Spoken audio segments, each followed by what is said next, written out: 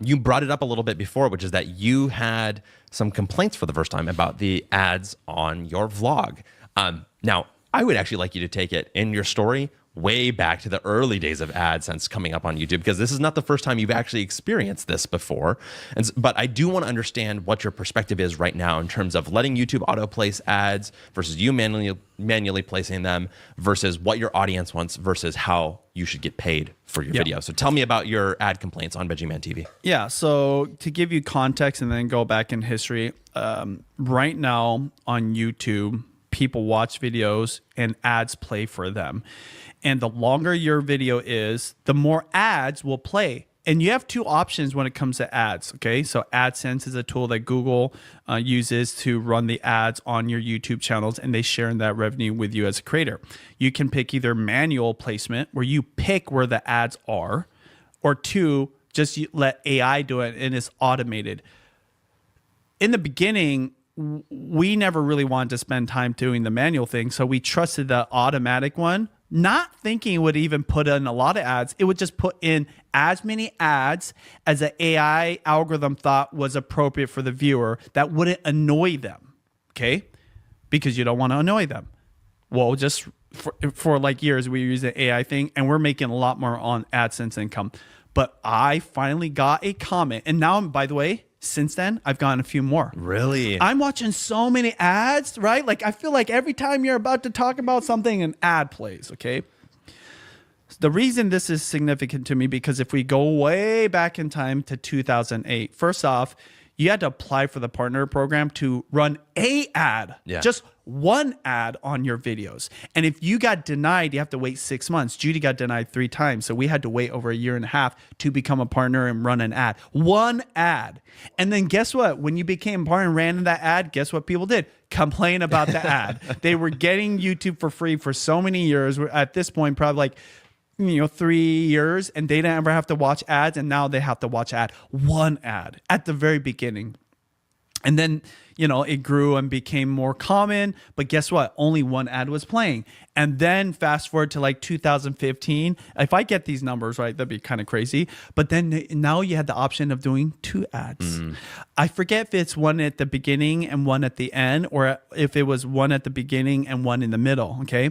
So you, as a creator, would decide, do you want to do 1 ad or do you want to do 2 ads? And eventually it was 3 ads, 1 in the beginning, 1 somewhere in the middle, and then 1 like at the end. And I think the one in the middle was the first one where they had this option to do it automatically. The algorithm placed it. And so now we're going to 2016 and 17. So blowing our minds, because guess what happens? Your AdSense income doubles if you're running 2 ads. It potentially could triple. The reason it wasn't always like a steady, like, I don't know what you would call a multiple of your income, is because less people are likely to watch that second ad. And some people don't make it to the very end, so they won't watch it. So just simply having 3 ads didn't guarantee that you're going to get 3 spots.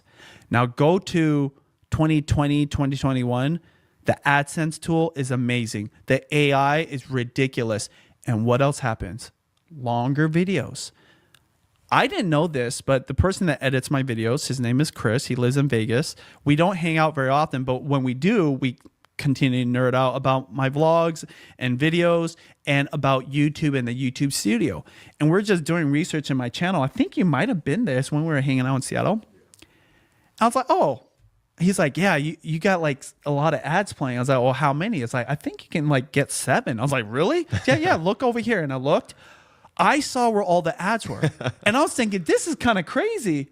But it would only place the ads there if the people were, 1, watching it and staying, or 2, it was like beneficial to the viewer or whatever. Because would you say ads are better now? Oh yeah, for sure. Like you're getting stuff that you might. I've actually seen you like sent me stuff like, oh yeah, this is it, whatever. Okay, so I was at peace with 7 to 10 ads because guess what? People are still watching it. I knew this because my AVD was really high. I never got complaints either. Until just now. And when I say now, like it's happening more and more. So now I'm starting to think, should I go manual? But the point is this. The algorithm's only as good as it is until it's not. And I think I'm starting to see the wavering. This is where what's interesting is TikTok and Meta have an opportunity to be the platform you watch videos, less ads. You want to know the greatest campaign to promote your TV app for viewing videos is, hey, watch the platform where you can watch your video with less ads. Yeah. And it's free. I mean, you want to know the extreme side of it is like no ads, but then will the creators have an incentive? This is where it gets interesting because what I know is like short term, 1 year, maybe 2 years, you can pump in a lot of money into the system to get it going. That's where YouTube is way farther ahead, and they never really had to do that. From the very beginning, they had this system called AdSense that ran the ads for the advertisers, for the businesses and brands, and at the same time, once it got viewed, that revenue was shared with the creator or the uploader, and it's just sweet. Even if it wasn't the best, and people argue it should be a better percentage for the creators, whatever, to me, it's very sustainable because it's still around. It's pretty good till right now. Now you're seeing the cracks, I think. So there you go. Yeah. So do you think that you'll end up going manual? You're going to test it out a little bit? What's your tactical move here? So I have a theory here. Yeah. That my videos will get more views if I have less ads. So I want to test it out soon. So this will be the next film room. Maybe I'll do it in the next week. Yeah, that would be great. Or next couple weeks. I'm going to pick a vlog where I will manually pick the ads. In fact, guess what I'm going to do? I'm just going to do 2 ads. Wow. One at the very beginning and one somewhere in my video. Yeah. And then I'm just going to see what's different. My feeling is that AVD will be higher. Why not? Yeah. This is what I was confused with. Like 7 to 10 ads playing in my videos at any given time during this era would have been That's a lot, yeah. Yeah, that's a lot. Still 20 to 30 minutes long. Okay. So in my next, when the one I choose, I'll do like something that's at least 30 minutes, but I'll just add the 2 ads, one at the very beginning and somewhere in the middle. I'll pick a strategic spot. That's another thing when you pick it manually, you know, like, oh, this is where I reveal the big plot or the news story or whatever, and then it goes to ad. Okay. Yeah. AI is actually doing that for you. That's what's crazy. I don't know. This is why it's kind of unique for me because I pay for premium and I don't have any ads. But I'm going to do that. And my feeling is AVD would be longer because, again, what if I'm getting less views or my AVD is lower because people are leaving when they get to the ad that finally bugs them enough. And they like my content like me, but they're like, I'm done with watch the ads. Yeah. How many of us watch TV or a show and then there's a ridiculous amount of ads? I'm like, what the heck is going on here? I'm barely watching these shows. Bro, going back to just Sunday Night Football, that's why I don't watch TV anymore because all these commercials really just hinder me watching Constantly. what I want. Exactly. And you're saying like football is a reminder of that? Yeah, because I only watch TV. It's like the last broadcast thing. Yeah. Yeah. So I am going to test that out.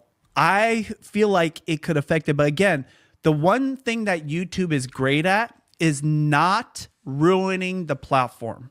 When they realize something's hurting creators, hurting the viewers, or hurting the platform, they'll bag it and have no freaking qualms about it, right? There are a lot of nice people at YouTube. When it comes to this, though, there's no like argument. You just got it. And a good example is like Google Plus. Yeah. This man. After a while, they're like, yo, let's pull the plug, clean house, and then just move on. So there's a lot of things like that. And that's why, like with AdSense, it's funny. Mine is very anecdotal. It's based off of someone's comment. Maybe they're just having a bad day, but I'm starting to see it. Well, I believe the people at YouTube are also getting feedback. You know, I have a partner manager where I talk to somebody at YouTube. I'm going to tell them that the next time I talk to them. So if that's happening enough times and those managers at YouTube are reporting back to the product people, then they're like, oh yeah, maybe we should pull it back a little bit. We'll reset the AI algorithm so there's just less ads if they're smart.